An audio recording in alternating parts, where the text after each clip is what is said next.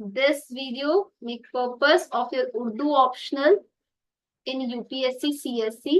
ठीक है, इससे पहले हम जानेंगे कि यूपीएससी उर्दू ऑप्शनल एक लिटरेचर ऑप्शनल है। सो मस्ट नो अबाउट इट कि आपको इसकी में उर्दू लिखनी अच्छे से आनी चाहिए। ठीक है, उर्दू को आपको लिखना अच्छे से आना चाहिए कि आप अच्छे से उर्दू लिख सकते हो, तभी आप उर्दू ऑप्शनल का फायदा उठा सकते हो। ऑप्शनल के दो पेपर होते हैं, पेपर 1 एंड पेपर 2। ठीक है, पेपर 1 भी 250 नंबर का आता है और पेपर 2 भी 250 नंबर का आता है। दोनों 250 मार्क्स के होते हैं और दोनों 250 मार्क्स मिला के कितने हो गए बेटा, 500 नंबर। तो please focus on your 500 marks preparation, it's very important for you. ये बहुत आपकी जितनी भी प्रिपरेशन है उसका बहुत महत्वपूर्ण अंग बोलो या चरण बोल सकते हो आप, कि बेटा यहाँ पे आपने अपने मार्क्स गैदर करने। ठीक है, यहाँ कर लिए तो कर लिए, वरना तो बस हो गए, है ना। तो focus on this thing, done. तो अब हम जो स्टार्ट करेंगे बिल्कुल स्टार्टिंग से अपनी उर्दू ऑप्शनल की एक एक लेसन की सीरीज में आपके साथ शेयर करूंगी, आपके साथ ये क्लास शेयर करूंगी ऑन यूट्यूब ऑल्सो। ठीक है, तो हम इसमें पढ़ेंगे अच्छे से। और अपना पेपर 1 एंड पेपर 2 के अंदर भी क्या क्या अंदर भी, कि पेपर 1 और पेपर 2 के अंदर जितना भी मतलब सबक नंबर 1, सबक नंबर 2, सबक नंबर 3 के मुतालबे से हम इसकी प्रिपरेशन स्टार्ट करेंगे। होप सो बेटा समझ में आया होगा, है ना। अब हम स्टार्ट करते हैं उर्दू ऑप्शनल का पार्ट 1। उर्दू ऑप्शनल पार्ट 1 के अंदर सबक नंबर 1 है उर्दू का विकास। कि भाई आखिर उर्दू का जन्म कहाँ से हुआ, क्या पढ़ेंगे हम इसके अंदर, कि उर्दू का जन्म कहाँ से हुआ। ठीक है, उर्दू का विकास कैसे हुआ। ठीक है, उर्दू का विकास कैसे हुआ, हम ये भी पढ़ेंगे। और हम पढ़ेंगे इसके बारे कि भाई हमने उर्दू का जो डेवलपमेंट है मतलब विकास है उसका चरण पढ़ेंगे, कि भाई हाँ हमें पता चल गया उर्दू का विकास आर्य से हुआ। किससे हुआ, आर्य से हुआ। आर्या में भी कैसे हुआ, इंडो आर्य मतलब यानी कि ओल्ड प्राचीन आर्य, है ना, प्राचीन आर्य से हुआ, या फिर मध्य से हुआ। ठीक है, मध्य से हुआ, या फिर नव आर्य से हुआ। ठीक है, नव आर्य से हुआ। बड़ा इंटरेस्टिंग है भाई, उर्दू का जन्म कहाँ से हुआ। देखो बोली तो पाकिस्तान में जाती है, लिखी भी पाकिस्तान में जाती है, मुसलसल इसका जन्म जो हुआ है वो हिंदुस्तानी है। मुसलसल जो इसका जन्म हुआ है वो दिल्ली का है। इट्स वेरी कॉम्प्लिकेटेड थिंग भाई, पाकिस्तान भी तो भारत का ही अंग है ना। तो इसकी जो लैंग्वेज हम देखते हैं हमेशा, उर्दू लैंग्वेज जो होती है बेटा, आपकी उर्दू लैंग्वेज हमेशा यहां से स्टार्ट होती है, राइट। हम उर्दू कभी भी यहां से स्टार्ट नहीं करते। पहले मैं आपको बेसिक समझा दूं कि उर्दू हमेशा कहाँ से, दाई से बाई लिखी जाती है। कहाँ से लिखी जाती है, दाई से बाई लिखी जाती है। ठीक है, तो आ जाते हैं लेसन नंबर 1 के ऊपर, उर्दू का विकास। यस, हम उर्दू के विकास के बारे में पढ़ेंगे सबक नंबर 1 के अंदर। दिल्ली सल्तनत और मुगल काल में उर्दू को ही अधिकारी भाषा बनाई गई। पर ये आई कहाँ से मैडम, उर्दू आई कहाँ से, अधिकारी भाषा तो बनाई गई पर आई कहाँ से। देखो हम बात करेंगे जब उर्दू की, तो उससे पहले हम पढ़ेंगे क्या, उससे पहले हम जानेंगे उर्दू के बारे में कैसे। हमारा पहला जो पॉइंट होगा वो होगा हिंद आर्य भाषा। क्या होगा बेटा, लिख लो, पहला पॉइंट होगा हिंद आर्य भाषा, या भाषा को हम बोलते हैं बोलियां। ठीक है, बोलियां, हिंद आर्य बोलियां, यानी कि हिंदी आर्य भाषा विशाल यानी कि बहुत बड़ी इंडो यूरोपियन भाषा परिवार का हिस्सा है। और इन भाषाओं का विशेषकर जो विकास हुआ वह हिंदी के कई चरणों में देखा जा सकता है। अब जो ये हिंद आर्य बोलियां हैं, ये से विकास हुआ हिंदी लैंग्वेज का। किसका हुआ, हिंदी बोली का या हिंदी भाषा का, इसका इससे विकास हमने देखा। ठीक है, किसका विकास देखा बेटा? हिंदी बोली का। और इस हिंदी बोली का कई भाषा में, कई बोलियों में, बोलियों में क्या हुआ बेटा? बोलियों में विकास, ठीक है, कई बोलियों में विकास हुआ। ठीक है, कई बोलियों में हिंदी आर्य भाषा का या हिंदी बोली का विकास हुआ। अब विकास के चरण पढ़ेंगे, ठीक है, चरण पढ़ेंगे कदमों में, यानी कि हम अलग इसको पढ़ेंगे। 1 मिनट बच्चे, है ना। अब हम पढ़ेंगे हिंदी भाषा के विकास का, या हम बोलेंगे कि हिंदी, लिखें हिंदी बोली का विकास। पहले हम हिंदी बोली का पढ़ेंगे, फिर हम उर्दू का बताएंगे कि उर्दू आई कहां से। ठीक है, हिंदी बोली का विकास। आर्याई हिंदी, इसे हम बोलते हैं हिंद आर्य। क्या बोलते हैं? हिंद आर्य। पहला पढ़ेंगे क्या? हिंद आर्य का प्राचीन, लिखो प्राचीन, प्राचीन हिंद आर्य। ठीक है, और दूसरा हम इसमें पढ़ेंगे क्या? मध्य हिंद आर्य। ठीक है, दूसरा पढ़ेंगे मध्य हिंद आर्य। और तीसरा बेटा हम पढ़ेंगे, थर्ड इज नव, नव हिंद आर्य। ठीक है, नव हिंद आर्य पढ़ेंगे। तो पहला हमने पढ़ा प्राचीन, ठीक है, हिंद आर्य, ठीक है। दूसरा हम पढ़ेंगे मध्य हिंद आर्य, और तीसरा हम पढ़ेंगे नव हिंद आर्य। इससे हम जानेंगे कि भाई उर्दू का विकास कैसे हुआ। यस, तो प्राचीन हिंद आर्य सबसे पुरानी है ना।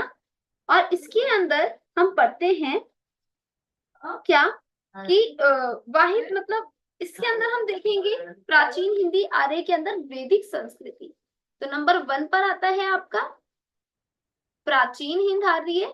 ठीक है, 1 मिनट, एक्चुअल में मैंने हिंदी की इंग्लिश की काउंटिंग लिख दी, उर्दू की लिखनी थी मैंने। ठीक है, तो हम पढ़ेंगे सबसे पहले क्या? प्राचीन हिंद आर्य। तो आ जाते हैं नंबर 1 पर। ठीक है, प्राचीन,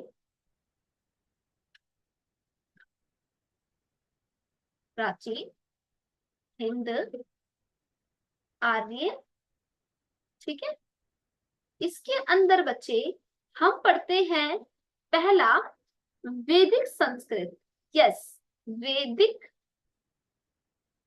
वैदिक संस्कृत जो है,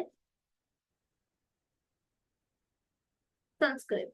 ठीक है, वैदिक संस्कृत से हिंदी आर्य का जो स्टार्ट हुआ, वो जो वैदिक काल था, वहां से संस्कृत से विकास हुआ। दूसरा पढ़ते हैं हम शास्त्रीय, शास्त्रीय, दिस इज सी एंड ट, ठीक है, शास्त्रीय संस्कृत।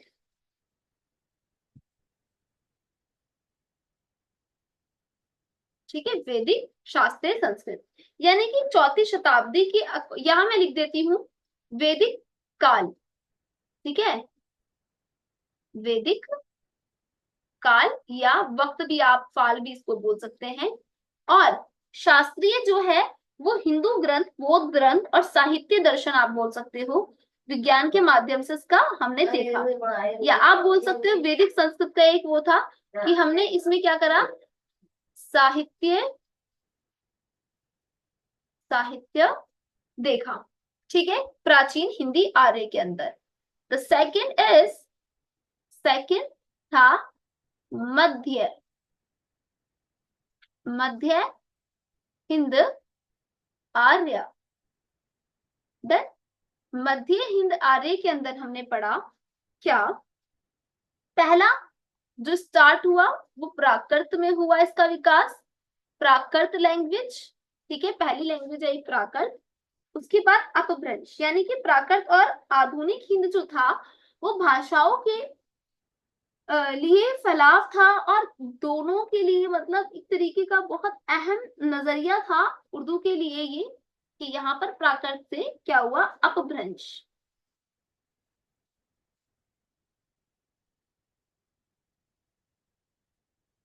अपभ्रंश, ठीक है, अपभ्रंश।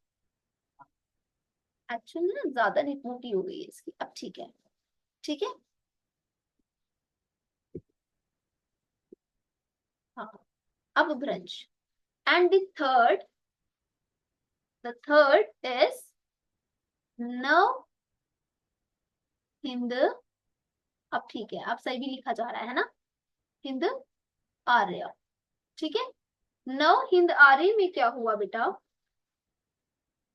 there's a very typical condition in the Urdu language, कि यहाँ पर नव हिंदी आर्य जो था आपका, यहाँ पे आधुनिक हिंदी आर्य जो था, यहाँ डिंगल पिंगल मतलब नज्म के इलाके मसूलमात में इसका इस्तेमाल करने लगे, ब्रज भाषा आई, खड़ी बोली आई, ठीक है, अलग अलग भाषाएं हमने देखने को मिली, है ना, इसी के अंदर, ठीक है, इसके अंदर, इसी के अंदर डेवलपमेंट ऑफ उर्दू के अंदर।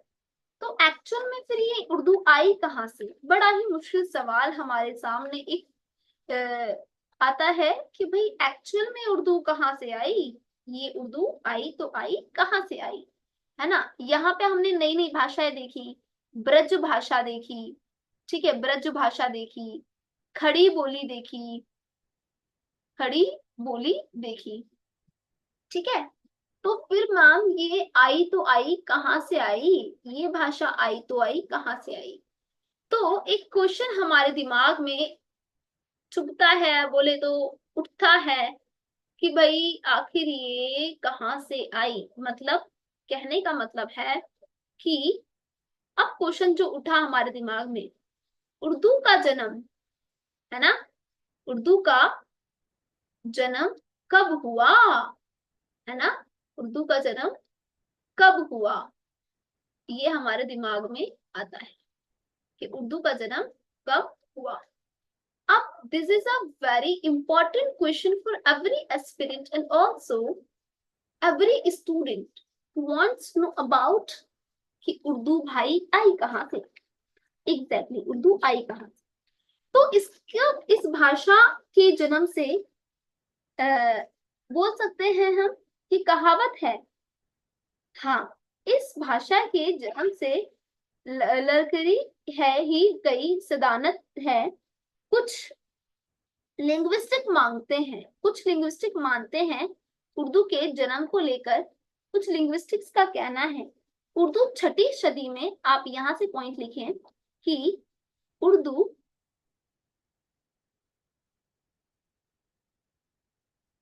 उर्दू छठी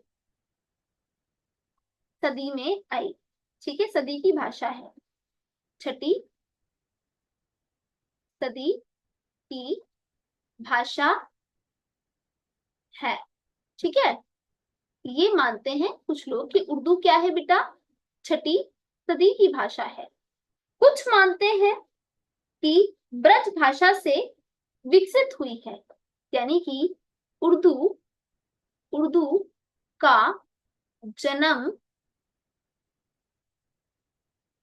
ब्रज भाषा से आया है, ब्रज भाषा या बोल सकते हो बोली, ठीक है, भाषा से हुआ है। आप ये भी कुछ लोग, कुछ लिंग्विस्टिक्स मानते हैं, ठीक है। और कुछ लिंग्विस्टिक्स का कहना है कि कुछ लहरी हरियाणवी से इब्तिदाई बताते हैं, ठीक है। कुछ लोगों का मानना है, आप ऐसे लिखें कि कुछ लिंग्विस्टिक का मानना है, ठीक है, लिंग्विस्टिक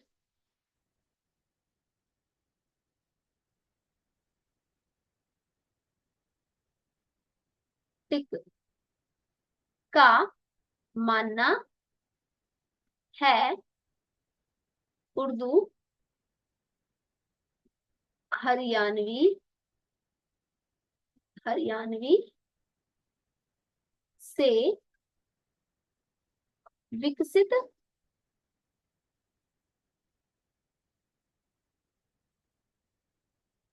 विकसित हुई है। ठीक है, कुछ का मानना है कि हरियाणवी से विकसित हुई है, कुछ कहते हैं कि जो दिल्ली सल्तनत में बोली जाती थी, है ना, तो हम कह सकते हैं क्या कि उर्दू दिल्ली सल्तनत की देन है ना। हम बोल सकते हैं उर्दू दिल्ली सल्तनत की देन है, हम ये बोल सकते हैं कि उर्दू जो है वो दिल्ली सल्तनत की देन है। और उर्दू के शवराई रूप में को खड़ी बोली और पुरानी हिंद के नाम से जाना जाता है, उर्दू के शोरवाई रूप को। ठीक है, हम ये कह सकते हैं कि उर्दू को पहले उर्दू को पहले किसके नाम से जानते थे बेटा? उर्दू को पहले खड़ी बोली, क्या? खड़ी बोली या फिर क्या? या फिर क्या?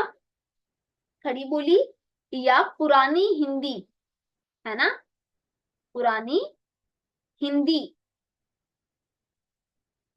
पुरानी हिंदी, ठीक है, के नाम से, के नाम से, क्योंकि ऐसे जो पॉइंट्स होते हैं ना इन्हें हमें हाईलाइट करके लिखना चाहिए, के नाम से जानी जाती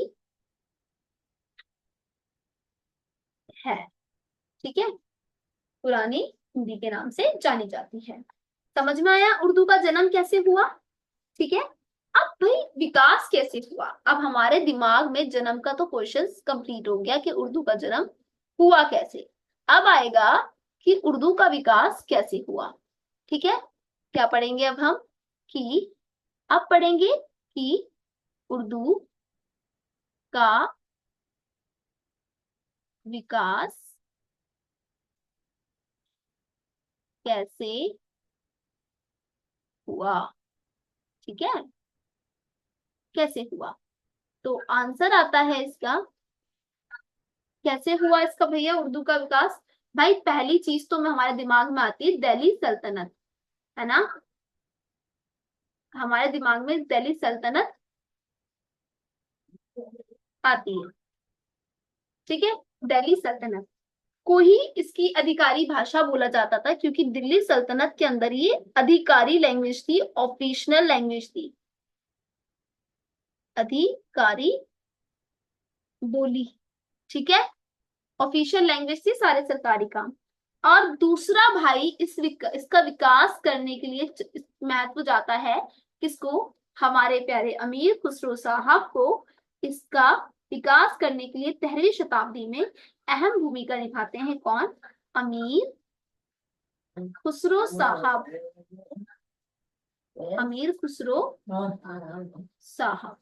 ठीक है, का इसका श्रेय जाता है इसका विकास करने के लिए। तीसरा, भारत में इसका जन्म, तीसरा भारत में इसका जन्म किससे हुआ? बरू, किससे हुआ? बरू साहिंद में माना जाता है, इसे पहले हिंदवी के नाम से जाना जाता है। ठीक है, भारत में इसका जन्म माना जाता है और इसे पुरानी हिंदी के नाम से भी जाना जाता है। कंप्लीट हुआ हमारा क्या? उर्दू का विकास। हमने पढ़ा उर्दू का विकास कैसे हुआ, उर्दू का जन्म कैसे हुआ।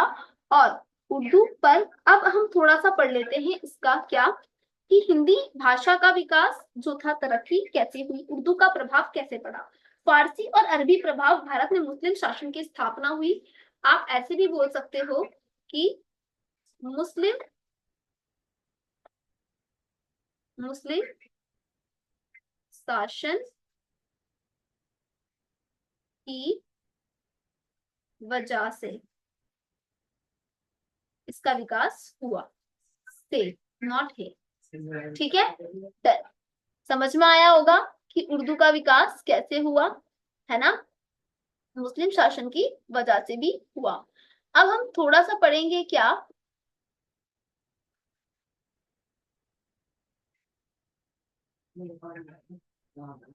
एक मिनट बच्चे, अब हम पढ़ेंगे इसमें थोड़ा सा लास्ट पढ़ेंगे कि उर्दू पर प्रभाव कैसे पड़ा। ठीक है, उर्दू पर असर कैसे पड़ा। भाई ये उर्दू ना आगे जाके डिवाइड हो जाएगी, अब हम ना नेक्स्ट चैप्टर जब पढ़ेंगे दूसरी वीडियो में, तो हम पढ़ेंगे उर्दू किस तरीके से लोगों की बोली कैसे उनकी बोलियों से मिलकर तब अलग अलग डिवाइड हो गई। तो फारसी और अरबी का प्रभाव पड़ा उर्दू पर, किसका प्रभाव पड़ा, एक तो फारसी का, है ना, और अरबी का। अब कैसे पड़ा भाई फारसी और अरबी का, क्योंकि जब मुगल्स आए स्थानीय बोलियों में फारसी और अरबी शब्दों को शामिल कर मारकर प्रभस्त किया गया, जिससे उर्दू का उदय हुआ। ठीक है, हम फारसी और अरबी के प्रभाव भी बोल सकते हैं, असर भी बोल सकते हैं, और इसका उदय का कारण भी बोल सकते हैं किनकी वजह से बनी। और दूसरा साहित्य, साहित्य योगदान। ठीक है, साहित्य योगदान उर्दू के, भाई किस किस का साहित्य योगदान था, जैसे मिर्जा गालिब, इन्होंने बहुत ज्यादा क्या करा, साहित्य लिखे, शायरियां लिखी। अल्लामा इकबाल, अल्लामा इकबाल, है ना, अल्लामा इकबाल ने भी अपनी शायरियों से भाई उर्दू की बहुत ज्यादा शान बढ़ा दी, क्या उर्दू की शायरियों ने इनकी शान बढ़ा दी। ठीक है, इनके साथ और भी ऐसी ही मीर तकी मीर, आप इनका नाम लिख सकते हो, मीर तकी मीर ने भी क्या करा है बेटा, उर्दू की शान बढ़ा दी, उर्दू पर इनका बहुत ज्यादा असर पड़ा साहित्यों का। डन। तो अब हमने पढ़ लिया उर्दू का विकास, उर्दू का जन्म और उर्दू पर असर। ठीक है, पहला चैप्टर आपका कंप्लीट हो चुका है बच्चे। ठीक है, पहला चैप्टर आपका उर्दू का कंप्लीट हो चुका है। डन, हमने ये कंप्लीट कर लिया। सबक नंबर 8 जो था उर्दू का विकास, हमने बताया कि कैसे ये अलग अलग क्षेत्रों में हिंदी लैंग्वेज से उर्दू, उर्दू से फारसी, फारसी से अरबी, अरबी से इन सब चीजों का उर्दू का बहुत ज्यादा असर पड़ा। डन, तो आप समझ गए होंगे, होप सो आपने सबक नंबर 1 अच्छे से कर लिया होगा। कल हम लेकर आएंगे सबक नंबर 2 और अच्छे से हम उसको भी कवर करेंगे। होप सो कि आप अच्छे से मेहनत करेंगे and focus on these notes because it's very short notes, you can write also अपनी थिंग्स है, you can write also your things and thoughts also. ठीक है, आप अच्छे से इसको कवर कर लीजिए। डन, मिलते हैं फिर इंशाल्लाह। अल्लाह हाफिज।